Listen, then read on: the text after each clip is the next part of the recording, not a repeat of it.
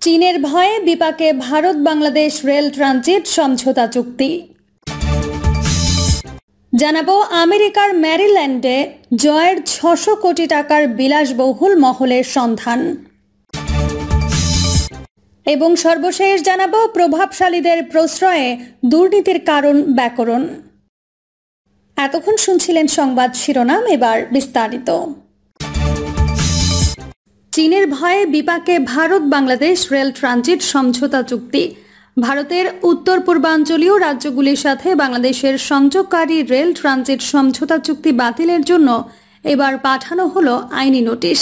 এই প্রসঙ্গে প্রাপ্ত তথ্য অনুযায়ী জানা গিয়েছে যে নোটিশটি বাংলাদেশের রেল মন্ত্রকের সচিব থেকে শুরু করে স্বরাষ্ট্র মন্ত্রকের সচিব সহ বিদেশ মন্ত্রকের সচিব ও আইন মন্ত্রকের সচিবকে পাঠানো হয়েছে।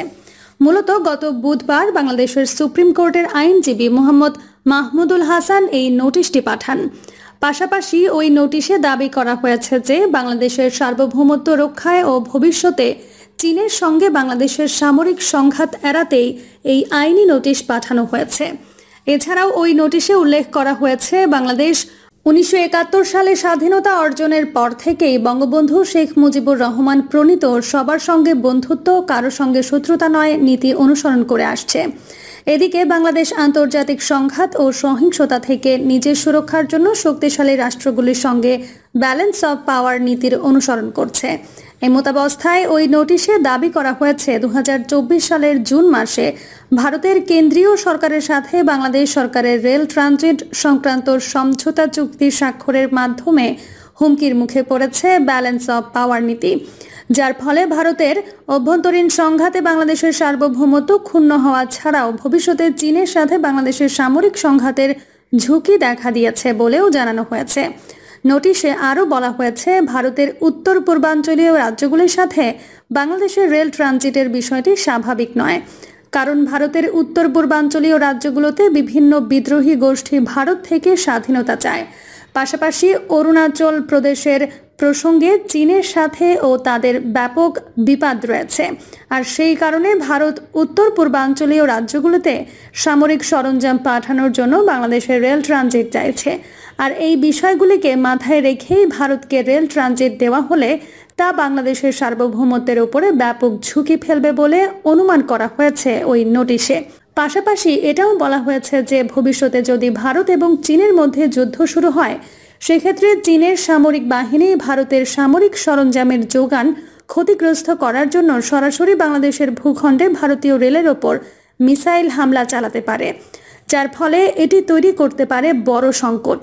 এমতাবস্থায় এই আইনি নোটিশ পাওয়ার ৭ দিনের মধ্যে সামগ্রিক বিষয়গুলিকে অত্যন্ত গুরুত্বের সাথে দেখার মাধ্যমে এই রেল ট্রানজিট সমঝোতা চুক্তি বাতিলের অনুমতির আর্জি জানানো হয়েছে।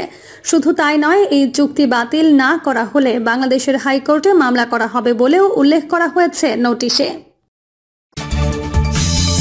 আমেরিকার ম্যারিল্যান্ডে জয়ের ৬০০ কোটি টাকার বিলাসবহুল মহলের সন্ধান। জাতিসংঘের অধিবেশন শেষে শেখ হাসিনা উঠেছেন সজীব ওয়াজেদ জয়ের ম্যারিল্যান্ডের পোটোম্যাক এর বাসায়। ওয়াশিংটন, ভার্জিনিয়ার প্রতিটি রাজ্যেই জয়ের আলাদা আলাদা বিলাসবহুল বাড়ি রয়েছে। যুক্তরাষ্ট্রের সজীব ওয়াজেদ জয়ের 4টি বাড়ির খবর নিয়ে জটিলতায় পড়েছে দুর্নীতি দমন কমিশন। দুদকের একটি বিশ্বস্ত সূত্র জানায় ২০১৭ সালের অক্টোবর মাসের শেষ সপ্তাহে এক ব্যক্তি দুদকের হটলাইনে ফোন করে সজীব ওয়াজেদ জয়ের 4টি বিলাসবহুল বাড়ির নাম ঠিকানা দেয়। এর মধ্যে একটি বাড়ি নিউ ইয়র্কে, একটি ওয়াশিংটনে, একটি ভার্জিনিয়া এবং একটি ম্যারিল্যান্ডের পোটোম্যাকে। ম্যারিল্যান্ডের পোটোম্যাকের বাড়িটি সাম্প্রতিক সময়ে কেনা। পোটোম্যাকের বাড়িটির দাম ৬০০ কোটি টাকার উপরে বলে অভিযোগে উল্লেখ করা হয়। উল্লেখ্য, ম্যারিল্যান্ডের পোটোম্যাকের প্রাসাদোপম বাড়িটি যুক্তরাষ্ট্র আওয়ামী লীগের নেতাকর্মীদের কাছে এতদিন অজানা ছিল। তবে ২০১৭ সালের সেপ্টেম্বর মাসে জাতিসংঘ অধিবেশনে যোগদান শেষে ২২ সেপ্টেম্বর নিউ ইয়র্ক ছাড়েন শেখ হাসিনা। এরপর পরিবারের সদস্যদের সঙ্গে সময় কাটানোর নাম করে অনেকটা গোপনেই জয়ের ম্যারিল্যান্ডের বাসায় ওঠেন। তবে ম্যারিল্যান্ডে জয়ের পোটোম্যাক এলাকার বাড়িতে উঠলেও পত্রপত্রিকার রিপোর্টে এটি গোপন রাখা ছিল। পত্রপত্রিকার রিপোর্টে বারবার প্রচার করা হয়েছিল শেখ হাসিনা তার পুত্র জয়ের ভার্জিনিয়ার বাসায় উঠেছেন। কিন্তু শেষ পর্যন্ত জয়ের নতুন বাড়িটির তথ্যটি গোপন রাখা যায়নি, কারণ সেই সময় 25 সেপ্টেম্বর শেখ হাসিনা হঠাৎ করে অসুস্থ হয়ে পড়লে ম্যারিল্যান্ডে জয়ের নতুন বাড়ির খবরটি কেউ কেউ জেনে যায়। এরপরই এ ব্যাপারে কয়েকটি পত্রিকা সংবাদ প্রচার করে। স্থানীয় সূত্রগুলো জানায়, যুক্তরাষ্ট্রের ম্যারিল্যান্ড রাজ্যের পোটোম্যাক সবচেয়ে দামি এবং বিলাসবহুল এলাকা হিসেবে পরিচিত। সাধারণত এই এলাকায় দেশটির বিলিয়নিয়াররা বসবাস করেন। বিশাল এলাকা নিয়ে এই এলাকার প্রতিটি বাড়ি ছবির একটি এই বাড়িটির মতোই বিলাসবহুল। প্রতিটি বাড়ির রয়েছে আলাদা নিরাপত্তা ব্যবস্থা। এই এলাকায় সাধারণত 100 কোটি টাকার নিচে কোনো বাড়ি নেই। সূত্রমতে জয়ের পোটোম্যাক এলাকার বাড়িটির দাম প্রায় 600 কোটি টাকা। দেশে বিদেশে জয়ের নির্দিষ্ট কিছু ধনী ঘনিষ্ঠ জন ছাড়া যুক্তরাষ্ট্র আওয়ামী লীগের নেতাকর্মীদের কাছে পোটোম্যাকের বাড়িটির খবর অজানা। শেখ হাসিনা 2009 সালে ক্ষমতায় আসার পর পুনরায় জয়ের ভাগ্য খুলে যায়।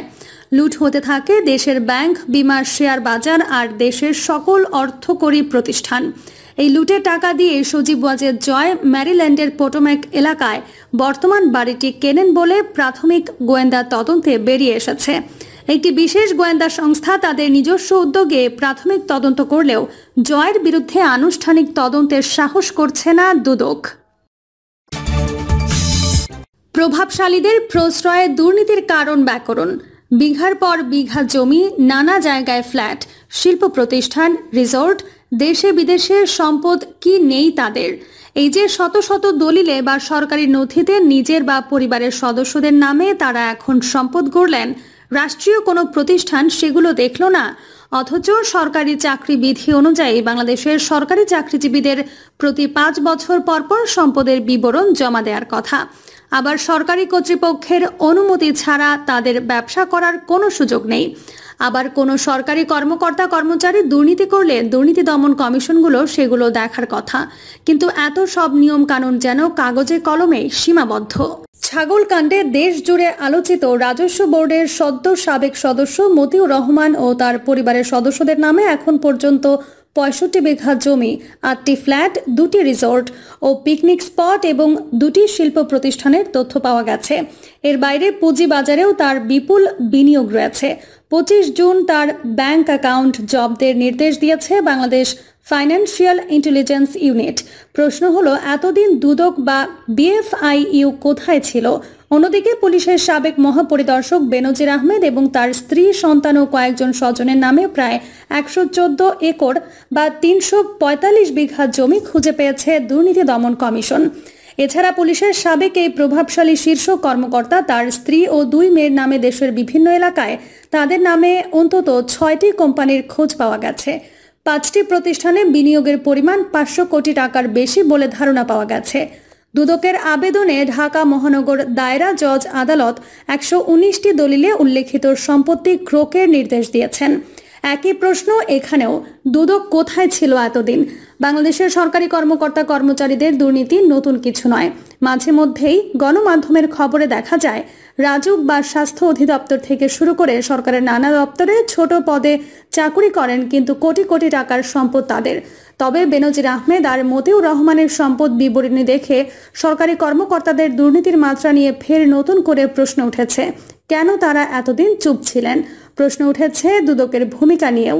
দুদক আইন 2004 ও দুদক বিধিমালা 2007 অনুসারে সরকারি চাকরিজীবীদের দায়িত্ব পালনের সময় সরকারি কর্মকর্তা কর্মচারীদের ঘুষ বা উপঢৌকন গ্রহণ করেছেন কিনা, বেআইনিভাবে নিজ নামে কিংবা বেনামে অবৈধ সম্পদ অর্জন করেছেন কিনা সেগুলো দেখার কথা।